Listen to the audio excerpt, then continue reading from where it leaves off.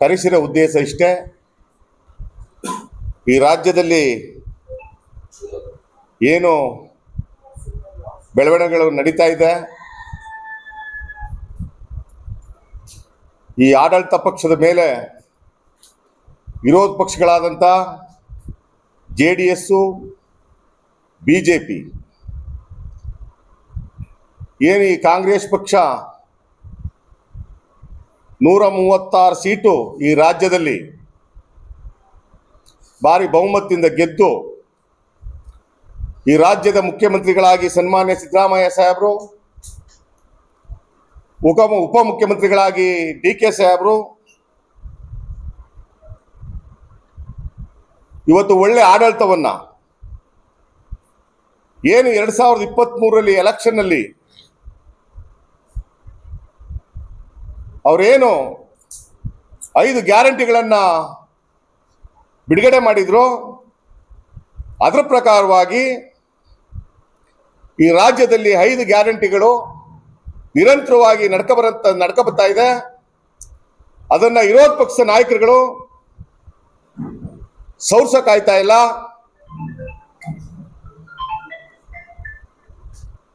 ನಲವತ್ತೈದು ವರ್ಷಗಳಿಂದ ಸನ್ಮಾನ್ಯ ಸಿದ್ದರಾಮಯ್ಯ ಸಾಹೇಬರು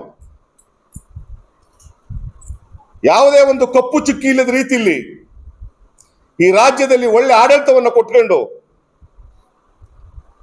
ದೀನ ದಲಿತರ ನಾಯಕರಾಗಿ, ಅಲ್ಪಸಂಖ್ಯಾತರ ನಾಯಕರಾಗಿ, ಹಿಂದುಳಿದ ವರ್ಗದ ನಾಯಕರಾಗಿ ಎಲ್ಲರನ್ನೂ ಒಂದು ಶಕ್ತಿ ತುಂಬ್ಕೊಂಬರಂತ ಕೆಲಸವನ್ನ ಮಾಡ್ಕೊಂಡ್ ಬಂದಿದ್ದಾರೆ.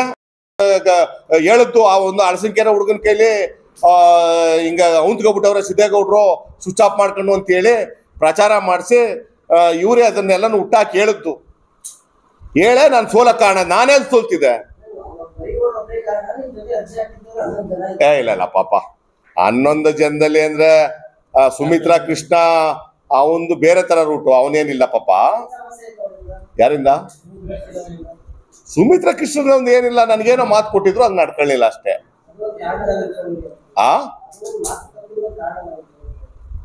ಅಯ್ಯೋ ಅದಕ್ಕೆಲ್ಲ 108 ದಾರಿ ಇದೆ, ಅದೆಲ್ಲ ಮಾತಾಡ್ತಾ ಹೋದ್ರೆ ಎಲ್ಲೋ ಹೋಗುತ್ತೆ.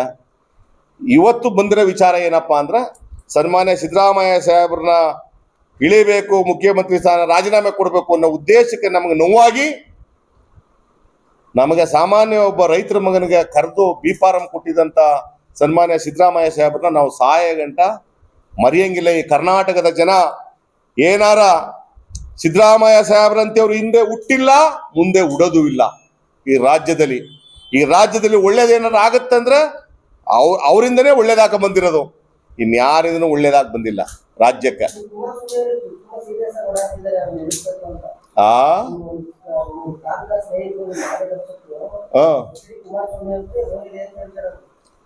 ರೋಲ್ ಇದೆ ಅಂತ ಎಲ್ರಿಗೂ ಗೊತ್ತಾಯ್ತಾ ಅಲ್ವಾ? ಎಲ್ಲ ಆಡೋಕ ದನ ಮೇಯ್ಸ ಬೆಟ್ಟದ ಮೇಲೆ ಮೇಯ್ಸೋರ್ಗೂ ಗೊತ್ತಾಗುತ್ತೆ ಯಾರಿಂದ ಅಂತ.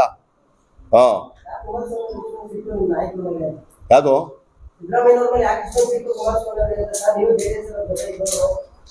ಅವ್ರನ್ನೇ ಕೇಳಿ ಹೋಗಿ ಯಾಕೆ ಇಷ್ಟು ಸಿಟ್ಟು ಅಂತ, ಅವ್ರನ್ನೇ ಕೇಳಿ ಯಾಕೆ ಇಷ್ಟು ಸಿಟ್ಟು ಬಂದಿದೆ. 36 ಸೀಟ್ಗೆ ಗೆದ್ದು ಕಾಂಗ್ರೆಸ್ ಪಕ್ಷ ಮೂಲ ಅಧ್ಯಕ್ಷನ APMC ಅಧ್ಯಕ್ಷನ್ ಮಾಡಿದ್ರು. ಅವ್ರಿಗೆ ನಾವು ಕಳಂಕ ತರ ಅಂತ ಕೆಲಸವನ್ನ ನಾನು ಅಧ್ಯಕ್ಷರಾಗಿ 2 ವರ್ಷ ಆಡಳಿತ ಮಾಡಿದ್ವಿ, ನಾವು ಮಾಡಿಲ್ಲ. ಇವ್ರೊಬ್ರು ಮೂಢ ಅಧ್ಯಕ್ಷರಾಗಿ ಇವನೇ ಪವರ್ ಇದೆ, ಎಲ್ಲ ಪವರು ಮೂಢ ಅಧ್ಯಕ್ಷರಿಗೆ. ಅದನ್ನು ಉಪಯೋಗಿಸ್ಕೊಂಡಂತೆ ಯಾರ್ಯಾರ ಮಾತನ್ನ ಕೇಳ್ಕ ದಾರಿ ತಪ್ಪೋದು ಯಾಕೆ ಬೇಕಾಗಿತ್ತು ಈ ಮರಿಗೌಡ್ರಿಗೆ ಅನ್ನೋ ಮಾತನ್ನ ನಾನು ಹೇಳ್ತಾ ಇರೋದು. ಈ ವಿಚಾರನ ನೀವು ಹಂಗ್ ತಿರ್ಸ್ಕೋಬೇಡಿ, ನಾನು ಹಿಂಗೆ ಹೇಳ್ತಾ ಇರೋದು. ಯಾರು ಸಿದ್ದರಾಮಯ್ಯನವ್ರು ಯಾಕೆ ಎಡವಟ್ ಮಾಡ್ಕತ್ತಾರ? ಸಿದ್ದರಾಮಯ್ಯನವ್ರ ಹೆಸರಲ್ಲಿ ಸೈಟ್ ಕೊಟ್ಟಿದಾರ? ಮರಿಗೌಡರು ಸೈಟ್ ಕೊಟ್ಟಿದಾರ?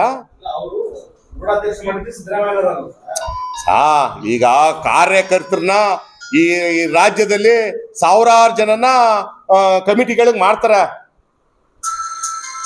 ಅದಕ್ಕೆ ಮಾಡಿದಷ್ಟಕ್ಕೆ ಅವ್ರ ಮೇಲೆ ಹೊರ ಹೊರಿಸ್ಬಿಡೋದಲ್ಲ. ನಾವು ಒಬ್ಬ ಜವಾಬ್ದಾರಿ ಕೊಟ್ಟದ್ನ ನಾವು ಯಾವ ರೀತಿ ನಡವಳಿಕೆ ನಡ್ಕೋಬೇಕು ಅನ್ನೋದನ್ನ ನಾವು ಅದಕ್ಕೆ ಅನುಸರಣವಾಗಿ ಹೋಗ್ಬೇಕು ಅನ್ನೋ ಉದ್ದೇಶ ನಾ ಮಾತಾಡ್ತೇವೆ. ಈ ರಾಜ್ಯದ ಮುಖ್ಯಮಂತ್ರಿ ಸನ್ಮಾನ್ಯ ಸಿದ್ದರಾಮಯ್ಯ ಇಳಿಸಕ ಇನ್ನು ಯಾರ ಕೈಲೂ ಸಾಧ್ಯ ಇಲ್ಲ. ಕೋರ್ಟಲ್ಲಿ ಇದ್ರು ಕೋರ್ಟ್ ಕೊಡ್ತದ ಬಿಡಿ. ಕೋರ್ಟ್ ಏನ್ ಕೊಡ್ತದ? ಕೋರ್ಟ್ ಸಿದ್ದರಾಮಯ್ಯ ಸಾಹೇಬ್ರು ಏನ ನ್ಯಾಯನೇ ಕೊಡ್ತದ. ಕೋರ್ಟು ಸಿದ್ದರಾಮಯ್ಯ ಸಾಹೇಬ್ರು ಏನು ಹೆಸರಲ್ಲಿ ಜಮೀನು ಬರೆದು ಹೆಂಡತಿ ಕೊಟ್ಟು ಏನು ಸೈಟ್ ತಗೊಂಡಿಲ್ವಲ್ಲ, ಅಪ್ಪನ ಮನೆ ಜಮೀನು ಅವ್ರು ಏನ್ ಬೇಕಾದ್ರೂ ಮಾಡ್ಕೊತಾರೆ. ಅದಕ್ಕೂ ಸಿದ್ದರಾಮಯ್ಯ ಸಾಹೇಬ್ರಿಗೂ ಸಂಬಂಧನೇ ಇಲ್ಲ. ಯಾವ ಕಪ್ಪು ಚುಕ್ಕಿನೂ ಸಿದ್ದರಾಮಯ್ಯ ಸಾಹೇಬ್ರ ಮೇಲೆ ತರಕ್ಕೆ ಯಾರಿಂದನೂ ಸಾಧ್ಯನೇ ಇಲ್ಲ. ಸೈಟ್ಗಳನ್ನೆಲ್ಲ 14,000 ಸೈಟ್ಗಳನ್ನೇ ಬೇಕಾದ್ರೆ ಮಾಡ್ಬೋದಾಗಿತ್ತು ಮೈಸೂರು ಜಿಲ್ಲೆ ಒಳಗೆ. ಅವರು 45 ವರ್ಷ ರಾಜಕೀಯದಲ್ಲಿ ಒಂದು ಸೈಟ್ಗಳನ್ನು ಮಾಡಿಲ್ಲ. ಇವತ್ತು ಅವರ ಗ್ರಾಮದಲ್ಲಿ ಸಿದ್ದರಾಮನುಂಡಿಲಿ ಅವ್ರ ಸಂಬಂಧಿಕರು ಇವತ್ತು ಸಾಮಾನ್ಯ ಒಬ್ಬ ರೈತರ ತರ ಇದ್ದಾರೆ. ಮಾಡ್ಕೊಡ್ಬೋದಾಯ್ತು ಸಂಬಂಧಿಕರಿಗೆ ಏನ್ ಬೇಕಾದ್ರೂ. ಸನ್ಮಾನ್ಯ ಸಿದ್ದರಾಮಯ್ಯ ಸಾಹೇಬ್ರು ಈ ರಾಜ್ಯದ ಜನಕ್ಕಾಗಿ ಮುಡುಪಾಗಿದ್ದರ ಹೊರತು ಅವ್ರ ಮನೆಯವ್ರಿಗೆ ಅನುಕೂಲ ಮಾಡಬೇಕು ಅನ್ನೋ ರೀತಿಯಲ್ಲಿ ಅವ್ರು ಯಾವಾಗ್ಲೂ ಬಂದಿಲ್ಲ. ನಾವು ಅವ್ರ ಜೊತೆಲೆ 83ರಿಂದನೂ ನಾವು ನೋಡ್ಕೊಂಡ್ ಬಂದಿದೀವಿ. ಅವ್ರು ಯಾವತ್ತೂ ಅವ್ರ ಮೈ ಮೇಲೆ ಅವ್ರ ಕಪ್ಪು ಚುಕ್ಕಿ ತಗೊಂಡಿಲ್ಲ. ಹಂಗ ತಕೊಂಡಿದ್ರೆ ನರೇಂದ್ರ ಮೋದಿ ಅವ್ರಿಗೆ, ಅಮಿತ್ ಶಾ ಅವ್ರಿಗೆ ಕೈ ತೋರಿಸ್ಕೊಂಡು ಮಾತಾಡೋ ತಾಕತ್ತು ಈ ರಾಜ್ಯದಲ್ಲಿ ಯಾರಿಗಾರ ಇದೆ ಅಂದ್ರೆ ಅದು ಸನ್ಮಾನ್ಯ ಸಿದ್ದರಾಮಯ್ಯ ಸಾಹೇಬ್ರಿಗೆ ಒಬ್ಬರಿಗೆ ಇರೋದು. ಯಾವ ಪಕ್ಷದವ್ರಿಗೂ ನರೇಂದ್ರ ಮೋದಿ ಅವ್ರಿಗೆ, ಅಮಿತ್ ಶಾ ಅವ್ರಿಗೆ ಕೈ ತೋರಿಸ್ಕೊಂಡು ಮಾತಾಡೋ ಅಂತ ಶಕ್ತಿ ಯಾವ ಪಕ್ಷದವ್ರಿಗೂ ಇಲ್ಲ.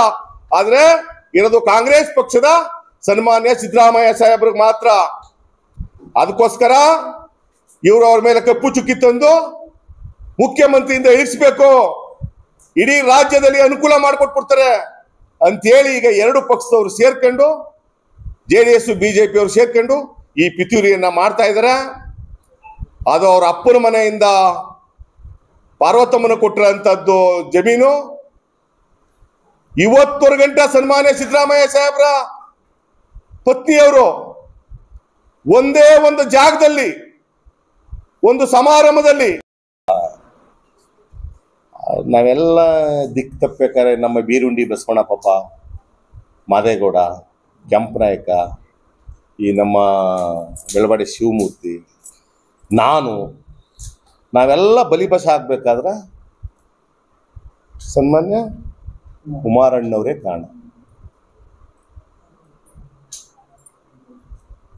ನಾವು ಇಲ್ಲ ಹೆಂಗೋ ಸುಮ್ಮನಿದ್ದೋ, ನಮ್ಮೆಲ್ಲರೂ ಬೀದಿಗೆ ಇಳಿದು ಬೀದಿಗೆ ಬಿಟ್ಬಿಟ್ರು. ಆವಾಗ ಕಾಂಗ್ರೆಸ್ ಪಕ್ಷಕ್ಕೆ JDS ಪಕ್ಷಕ್ಕೆ ಉಳಿಸ್ಕೊಳ್ಳೋಕ್ಕೋಸ್ಕರ HD ದೇವೇಗೌಡರು ಬಂದು JDS ಪಕ್ಷಕ್ಕೆ ಉಳಿಸ್ಕೊಂಡ್ರು, ನಾವೆಲ್ಲ ಕಾಂಗ್ರೆಸ್ ಪಕ್ಷಕ್ಕೆ ಬಂದು ಬಿರ್ಕಾಯ್ತು.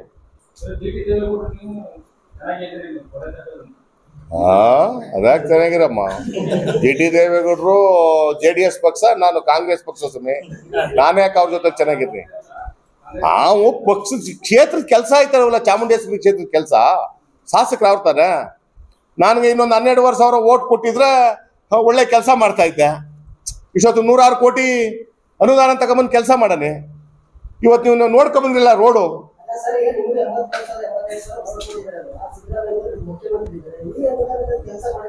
ಅಲ್ಲ, ಅನುದಾನನ ತಗೊಬಂದು ಮಾಡ್ತೀವಿ, ಅದನ್ನೆಲ್ಲ ಮಾತಾಡಿದೀವಿ, ಲೆಟರ್ ಕೊಟ್ಟಿದ್ದೀವಿ.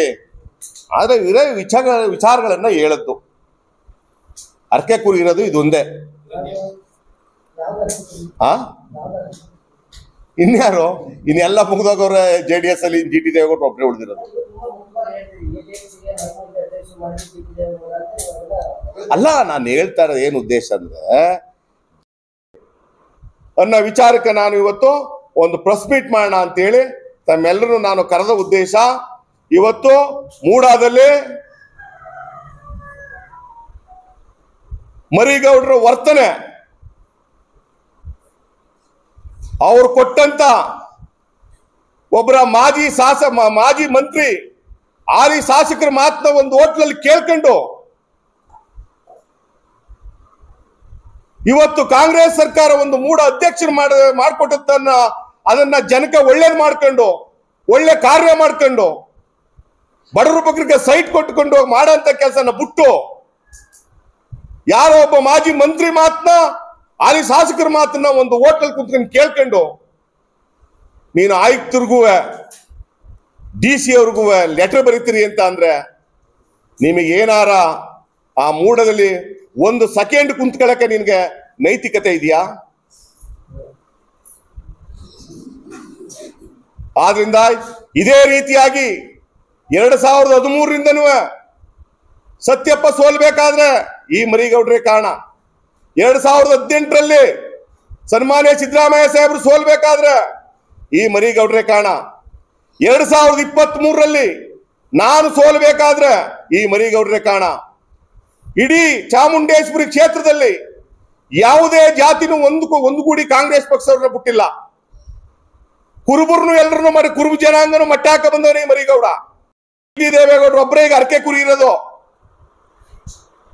ಯಾವ ಅಭಿವೃದ್ಧಿ ಕೆಲಸನೂ ಆಯ್ತಾ ಇಲ್ಲ ಚಾಮುಂಡೇಶ್ವರಿ ಕ್ಷೇತ್ರದಲ್ಲಿ. ನೋಡ್ಕೊಂಡ್ಬಂದ್ರಲ್ಲಿ ರೋಡ್ನ ಪರಿಸ್ಥಿತಿ, ಅದೇ ಅರ್ಧ ನಿಮಗೆ ಕೋಪ ಬಂದಿದೆ. ಆದ್ರಿಂದ ನಿಮ್ಮ ಪತ್ರಕರ್ತರ ಮುಖೇಣ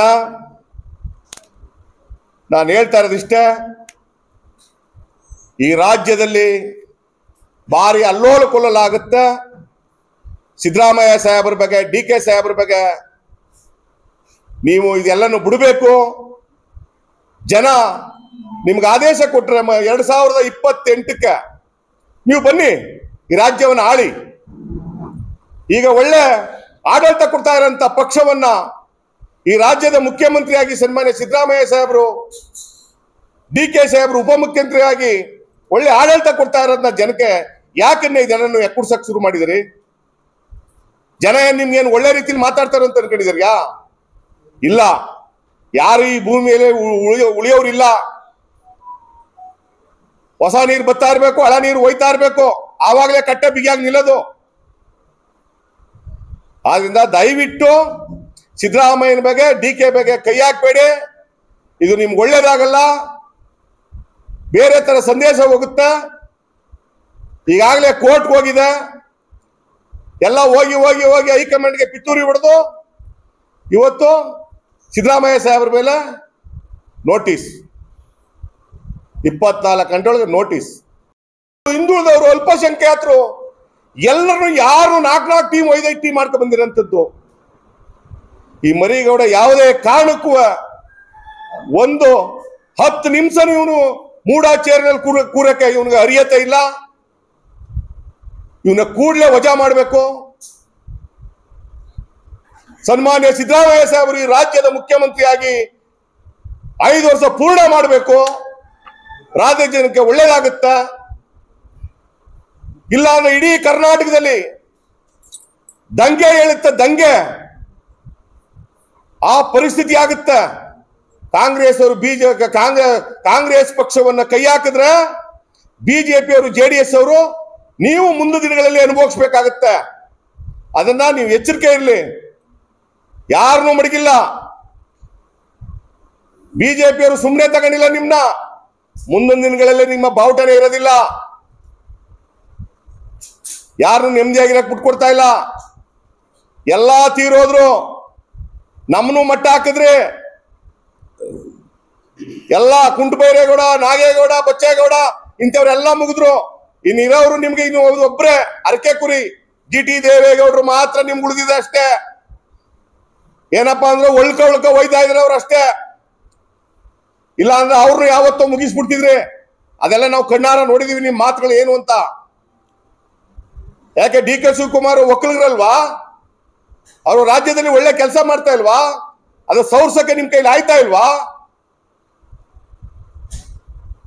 ಇವೆಲ್ಲ ಮಾಡಬಾರ್ದು. ಇನ್ ನೆಕ್ಸ್ಟ್ ಇರೋದು ಒಂದೇ, ಇಡೀ ಜಿಲ್ಲೆಯಲ್ಲಿ, ಮೈಸೂರು ಜಿಲ್ಲೆಯಲ್ಲಿ ಯಾವುದೇ ಒಂದು ದೇವಸ್ಥಾನಕ್ಕೆ ಹೋಗ್ಬೇಕಾದ್ರೂ ಸಾಮಾನ್ಯ ಜನದ ರೀತಿಲಿ ಒಂದು ದೇವಸ್ಥಾನಗಳಿಗೆ ಹೋಗ್ತಾರೆ. ಇವತ್ತು ಯಾವುದೂ ಸಿಕ್ತಿಲ್ಲ ಅಂತೇಳಿ ಅವ್ರ ಅಪ್ಪನ ಮನೆಯವರು ಮಗಳು ಕೊಟ್ಟಿರೋಂಥ ಆಸ್ತಿ ವಿಚಾರದಲ್ಲಿ ಮೂಡಾದವರು 14 ಸೈಟ್ ಕೊಟ್ಟಿರೋದಕ್ಕೋಸ್ಕರ ಅದು ಬಿಜೆಪಿ ಅವ್ರ ಕಾಲದಲ್ಲಿ ಕೊಟ್ಟಿರೋಂಥ ಸೈಟು. ಕಾಂಗ್ರೆಸ್ ಪಕ್ಷದ ಮುಖ್ಯಮಂತ್ರಿ ಆಗಿ ಕೊಟ್ಟಿರೋಂಥದ್ದಲ್ಲ, ಬಿಜೆಪಿ ಪಕ್ಷದವರು ಕೊಟ್ಟಿರೋಂಥದ್ದು. ಅವರು ಅಕ್ರಮವಾಗಿ ಅವ್ರ ಆಸ್ತಿನ ಮೂಡಕ್ಕೆ ತಗೊಂಡು 14 ಸೈಟ ಕೊಟ್ಟಿರೋದು. ಅವ್ರೇನು ಮೋಸ ಮಾಡಿಲ್ಲ. ಇವತ್ತು MLA ಆದವರು ಯಾವ್ಯಾವುದೋ ಮಟ್ಟಕ್ಕೆ ತಿರುಗಾಡ್ತಾರೆ. ಇವತ್ತು ಇಲ್ಲಿವರೆಗಂಟ ಮೈಸೂರಲ್ಲಿ ಎಷ್ಟು MLA ಅವ್ರ ಮನೆ ಕಾಂಪ್ಲೆಕ್ಸ್ಗಳವ, ಯಾವ್ಯಾವ ಜಾಗದಲ್ಲಿ 100 ಎಕರೆ ಜಮೀನಿದೆ. ಸನ್ಮಾನ್ಯ ಸಿದ್ದರಾಮಯ್ಯ ಸಾಹೇಬ್ರದ್ದು ಏನಾರ ಇದೆಯಾ? ಆದ್ರಿಂದ ಯಾವುದೇ ಕಾರಣಕ್ಕೂ ಅವ್ರು ಮುಖ್ಯಮಂತ್ರಿ ಸ್ಥಾನದಿಂದ ಇಳಿಯ ಪ್ರಶ್ನೆನೇ ಇಲ್ಲ. ಅವರು ಎಲ್ಲ ಈ ಕರ್ನಾಟಕದ ಎಲ್ಲ ವರ್ಗದ ಜನಾಂಗದ ನಾಯಕರು ಅವರು. ಹಂಗಿದ್ರೆ ಅವ್ರ ಜಾತಿಗೆ ಕೊಟ್ಕೋಬಹುದಾಗಿತ್ತು. ನಾನು ಒಬ್ಬ ಸಾಮಾನ್ಯ ರೈತರ ಮಗನಿಗೆ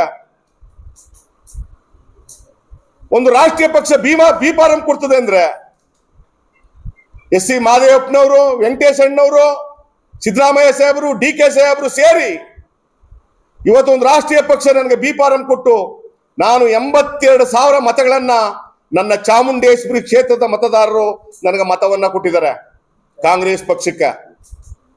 ಆದ್ರಿಂದ ನಮ್ಗೆಲ್ಲ ತುಂಬಾ ನೋವಾಯ್ತಾ ಇದೆ.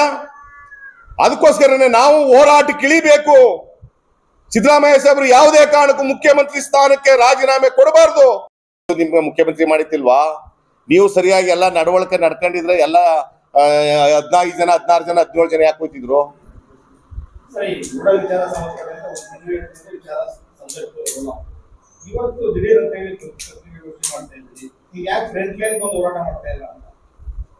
ಫ್ರಂಟ್ ಲೈನ್ಗೆ ಬಂದು ಹೋರಾಟ ಮಾಡಕ್ಕೆ ನನಗೇನು ಜಿಗುಪ್ಸೆ ಇಲ್ಲ. ನನ್ನ ಮನ್ಸಿಗೆ ಒಂದು ಸ್ವಲ್ಪ ನೆಮ್ಮದಿ ಇತ್ತಿಲ್ಲ. ನೆಮ್ಮದಿ ಆಗಕ್ಕೋಸ್ಕರ ನಾನು ತೋಟದಲ್ಲಿ ನೆಮ್ಮದಿಯಾಗಿ ಎಲೆಕ್ಷನ್ ಎಲ್ಲ ವಿಚಾರದಲ್ಲೆಲ್ಲ ನಾವೆಲ್ಲ ಯಾವಾಗಲೂ ನಿಂತವ್ರಲ್ಲ. ನಾವೇನು ಟಾಪ್ ಲೆವೆಲ್ ಅವ್ರ ಮಕ್ಕಳಲ್ಲ. ನಾವೊಬ್ಬ ಸಾಮಾನ್ಯ ಒಬ್ಬ ರೈತರ ಮಗ. ಅದ್ರ ನೋವು ಏನಾಗುತ್ತೆ ತಮಗೆ ಗೊತ್ತಾಗುತ್ತೆ. ಯಾವುದು ಇಲ್ಲ ಇಲ್ಲ ಇಲ್ಲ ಹೋಗಿಲ್ಲ. ಇನ್ನು ಮೇಲೆ ಇವತ್ತಿಂದ ನಿಮ್ಮ ಮುಖಾಂತರ ನಾವು ಮುಂದಲೇ ಹೆಜ್ಜೆನ ನಾವು ಎಲ್ಲ ಮೀಟಿಂಗ್ ಮಾಡಿ ಶುರು ಮಾಡ್ತೀವಿ.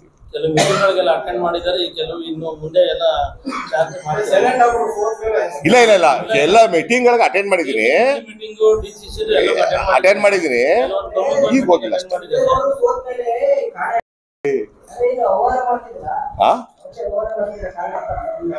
ನಾವ್ ಅವನಿಗೆ ಬರ್ಬೇಕು ಬಂದ್ರಿ. ನೋಡಿ, ಈಗ ನೀವು ನಮ್ ರೋಡ್ ನೋಡಿದ್ರಿಲ್ಲ, ಒಂಚೂರು 15-16 ತಿಂಗಳಾಯ್ತಲ್ಲ ಅವರು MLA ಆಗಿ 1 ಲಕ್ಷ ರೂಪಾಯಿನ ಕೆಲಸನೂ ನಡೆದಿಲ್ಲ, ಮಾಡಿಲ್ಲ, ಮಾಡಕ್ಕಾಗಿಲ್ಲ.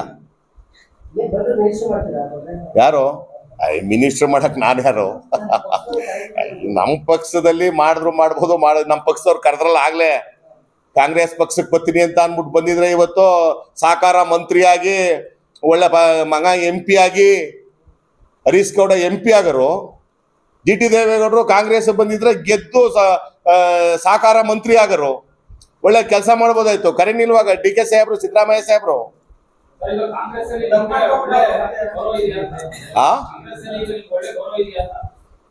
ನನಗೆ 100ಕ್ಕೆ 101% ಗೌರವ ಇದೆ.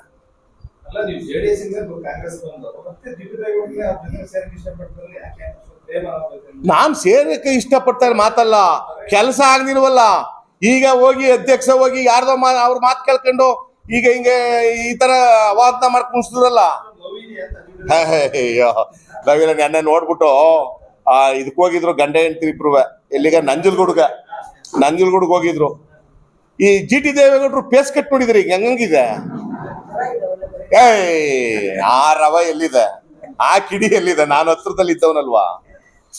ಯಾವಾಗ್ಲೂ ಹೊಟ್ಟೆ ತುಂಬ ಊಟ ಇದ್ರೆ ಶಕ್ತಿಯಾಗಿ ಮಾತಾಡ್ಬೋದಣ್ಣ.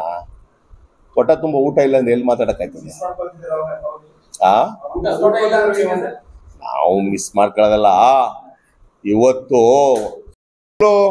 10 ತಿಂಗಳಿಂದ ಯಾವ ತನಿಖೆ ಮಾಡಬೇಕು ಅಂತ ಹೋದ್ರು ಸುಧಾ ಅಲ್ಲಿಂದ ಒಂದು ಆದೇಶನು ವಾಪಸ್ ಬರದಂತ ಯಾರೋ ಒಬ್ಬ RTI ಕಾರ್ಯಕರ್ತ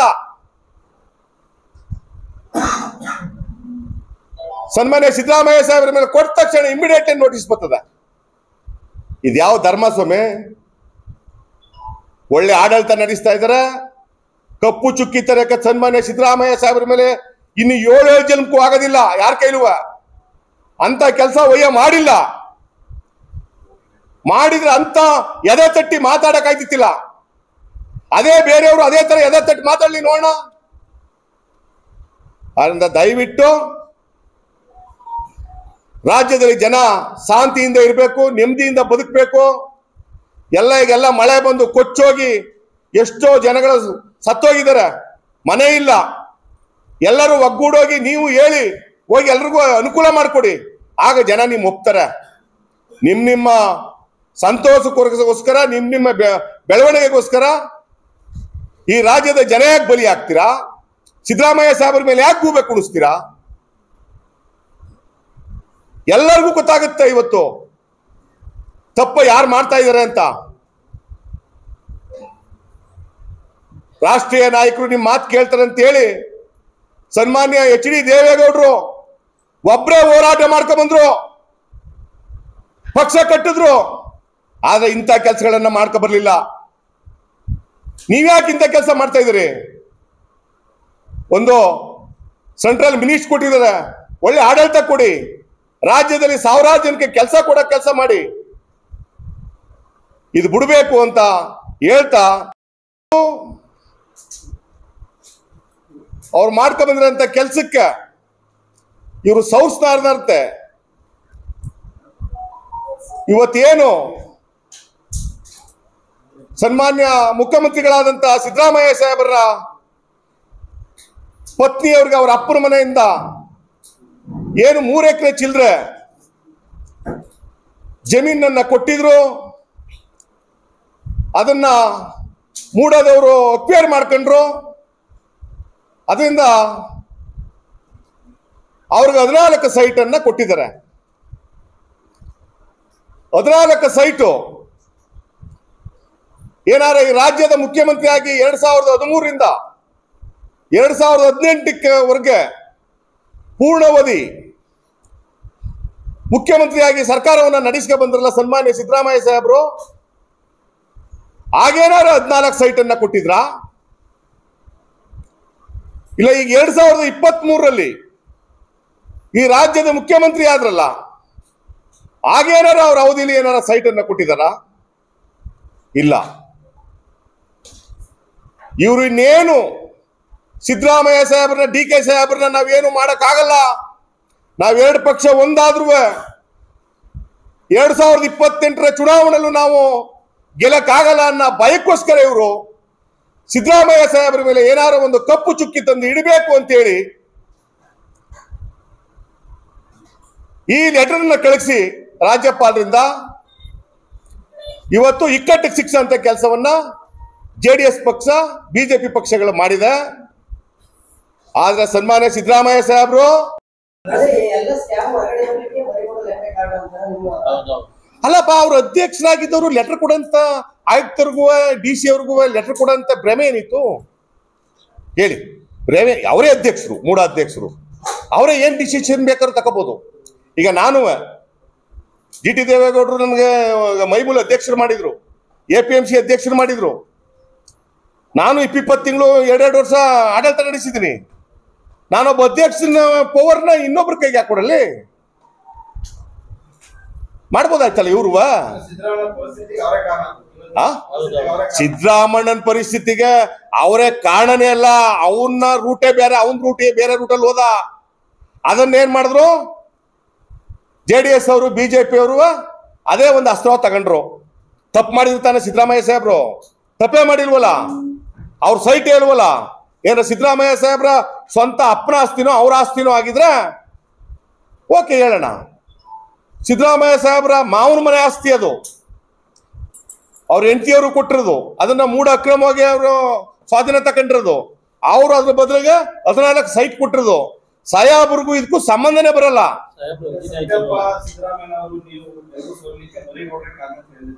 ಹೌದು, ಲೀಡರ್ ಅಲ್ಲ, ಸಣ್ಣತನ,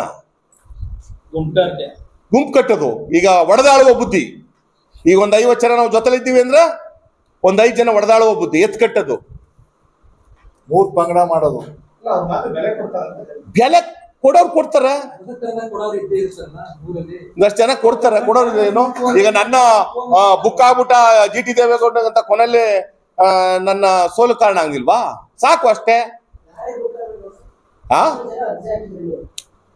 ನಾವ್ ಯಾರು ಬುಕ್ ಆಗಿಲ್ಲ. ನಾನು ಉಪ್ಪಿಡ್ಕೊಂಡು ಸತ್ಯ ಮಾಡಿ ಹೇಳಿದೀನಿ. ಸಿದ್ದೇಗೌಡ ಸೋತ್ ಮೇಲೆ ಎಲ್ಲಿ ಕಾಣೆ ಆಯ್ತೀನಿ? ಯಾಕೆ ಕಾಣೆ ಆಯ್ತೀನಿ? ಸೋಲು ಗೆಲುವು ಇದ್ದೇ ಇಲ್ವಾ? ಸಿದ್ದರಾಮಯ್ಯ ಸಾಹೇಬ್ರು 2 ಸಾರಿ ಸೋತಿಲ್ವಾ? 2 ಸಾರಿ ಮುಖ್ಯಮಂತ್ರಿ ಆಗಿಲ್ವಾ? 12-15 ಬಜೆಟ್ ಮಾಡಿಲ್ವಾ? ಹಣಕಾಸು ಮಂತ್ರಿಯಾಗಿ ಮಾಡಿಲ್ವ ಅವರು? ಯಾರು ಸೋತಿಲ್ಲ? HD ದೇವೇಗೌಡರು ಸೋತಿಲ್ವಾ? ಅವ್ರು ಗೆದ್ದಿಲ್ವಾ? ಅವ್ರು ಪ್ರಧಾನ ಮಂತ್ರಿ ಆಗಿಲ್ವಾ? ಇವೆಲ್ಲ ರಾಜಕೀಯದಲ್ಲಿ ಇವೆಲ್ಲ ಸೋಲು ಗೆಲುವು ಇದ್ದೇ ಇರ್ತದ. ಅದೆಲ್ಲ ಸಮಾನತ್ವವಾಗಿ ತಗೊಂಡು ಹೋಗ್ಬೇಕು.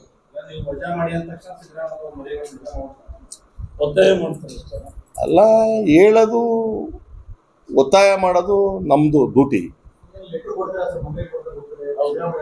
ಯಾರಿಗೆ? ನಾವೇ ಹೋಗಿ ಕೊಡ್ತೀವಿ ಮನವಿ ಪತ್ರನ.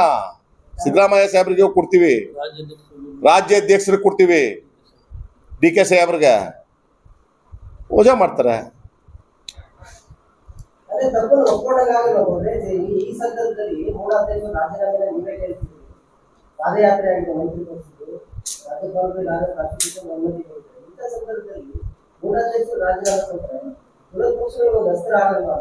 ಯಾಕಾಗತ್ತ?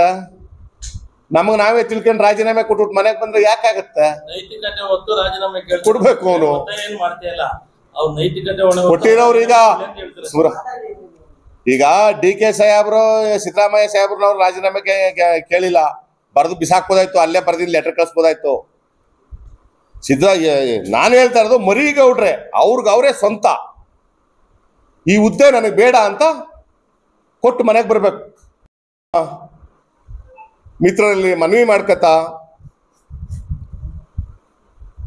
ಕೂಡ್ಲೆ ಮರಿಗೌಡ್ರು ಮೂಢ ಅಧ್ಯಕ್ಷ ಆಗಿರಕ್ಕೆ ಅವ್ರಿಗೆ ನೈತಿಕತೆ ಇಲ್ಲ.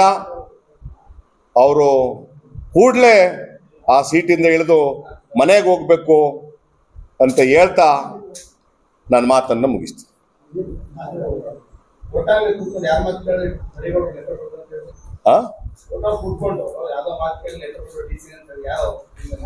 ಯಾರೋ ಒಬ್ರು MLA ಅವರು ಹೋಟ್ಲಲ್ಲಿ ಕೂತ್ಕೊಂಡು ಅವ್ರು ಹೇಳ್ದಂಗ ಲೆಟರ್ ಬರೆದ್ರು. ಯಾರು ಅಂತ ಹೆಸರು ಗೊತ್ತಿಲ್ಲ. ಏನೋ ಮೈಸೂರು ಜಿಲ್ಲೆಯವರು, ಮೈಸೂರು ಜಿಲ್ಲೆ. ಭಯ ಏನಿಲ್ಲ, ಭಯ ಯಾಕೆ? ಮೈಸೂರು ಜಿಲ್ಲೆಯವರು ಒಬ್ರು ಮಾಜಿ ಮಿನಿಸ್ಟ್ರು, ಹಾಲಿ ಶಾಸಕರು ಅಂತ ಹೇಳಿದೆ. JDS ಪಕ್ಷದವರು.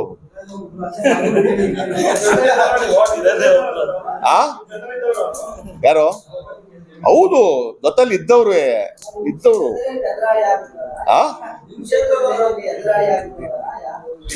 ನಮ್ಮ ಕ್ಷೇತ್ರದವರು ಎದುರಾಳಿ ಆಗಿದವ್ರು ಕುಂತ ಹೋಟ್ಲಲ್ಲಿ ಕುತ್ಕ ಮಾತು ಕೇಳ್ಕೊಂಡೆ ಈ ಮರಿಗೌಡ್ರು ಲೆಟರ್ ಹಾಕಿರೋದು. ಇನ್ಯಾರ ಕೈಲಾಯ್ತದ?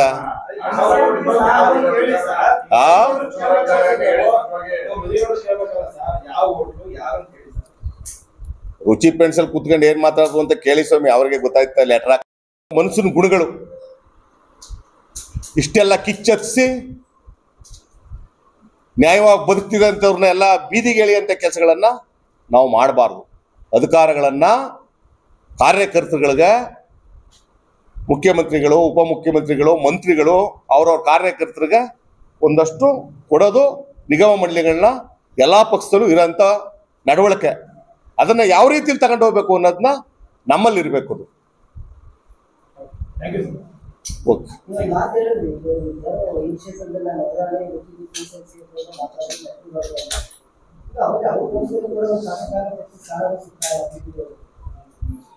GT ದೇವೇಗೌಡರಿಗೆ ಶಾಸಕಾಂಗದ ಪಕ್ಷದ ನಾಯಕರನ್ನು ಕೊಡಲ್ಲ. GT ದೇವೇಗೌಡರಿಗೆ ಅಂತ ಕಾಲದಲ್ಲೇ ಅವರು ಸಹಕಾರ ಮಂತ್ರಿ ಕೊಡುವಂದಾಗಲೇ ಉನ್ನತ ಖಾತೆ ತಗೊಂಡ್ರು ಮನೆಗೆ ಹೋಗುವಂತ ಅಂದವರು.